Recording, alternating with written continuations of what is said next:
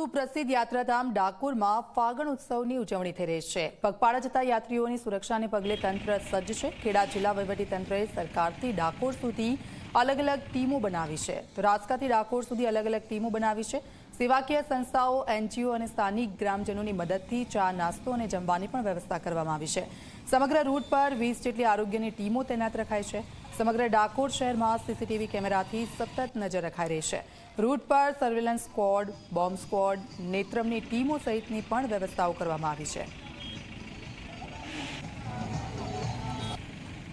ખેડા જિલ્લામાં ફાગણી પૂનમના નિમિત્તે મોટી સંખ્યામાં આજથી શ્રદ્ધાળુઓનો આવાગમન શરૂ થઈ ગયા છે અને જ્યારે રાસકાથી એ આપણા જિલ્લામાં પ્રવેશ કરે છે તો લગભગ દરેક 100-200 મીટર ઉપર સેવા કેન્દ્રો, જુદા જુદા એનજીઓ અને સામાજિક સંસ્થાઓ દ્વારા કાર્યરત છે।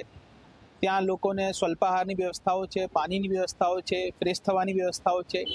પેરેલલી ગુજરાત સરકારના જેટલી આરોગ્યની ટીમો છે, 20થી વધારે ટીમો આ રૂટ ઉપર કાર્યરત છે અને સતત પોલીસ પેટ્રોલિંગ, મામલતદાર અધિકારી કક્ષાના અધિકારીઓ પેટ્રોલિંગ કરે છે અને હું અને અમારા જિલ્લાના એસપી શ્રી, ડીડીઓ શ્રી પણ સતત આ રૂટ ઉપર વિઝિટ કરે છે।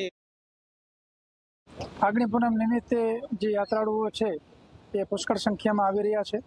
અમદાવાદ હાથીજણથી લઈ અને મહેમદાવાદ, મૌધા અને ડાકોરનો જે રસ્તો છે એની ઉપર ખૂબ જ ફ્લો શ્રદ્ધાળુઓનો જોવા મળી રહ્યો છે।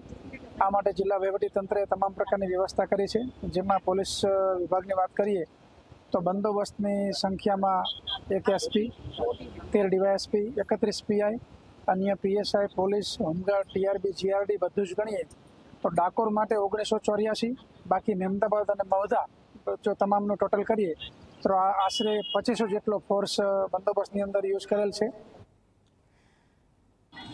તો ખેડાના ડાકોરમાં ફાગણી પૂનમને પગલે પદયાત્રીઓનો ધસારો। બાલાજી હનુમાનજી મંદિરે પદયાત્રીઓ માટે સેવા કેમ્પ યોજાયો છે।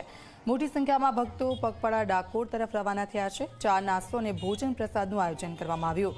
જય રણછોડ, માખણ છોડના નાદ સાથે ડાકોર તરફ પ્રસ્થાન કરી રહ્યા છે।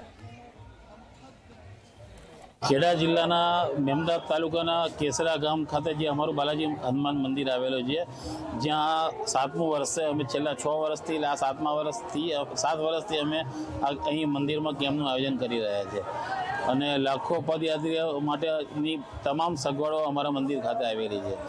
હાથીજણથી માંડીને ડાકોર સુધીના ઘણા બધા કેમ્પ છે, પણ અમારું એક કેમ્પ એવો છે કે જ્યાં તમને દરેક જાતની સગવડ મળી રહે। તમને સૂવા માટે, બેસવા માટે, આરામ કરવા માટે પંખા, કુલર સાથેની વ્યવસ્થા છે। અહીં આગળ ચા, પાણી, નાસ્તો અને જમવાની પણ વ્યવસ્થા છે।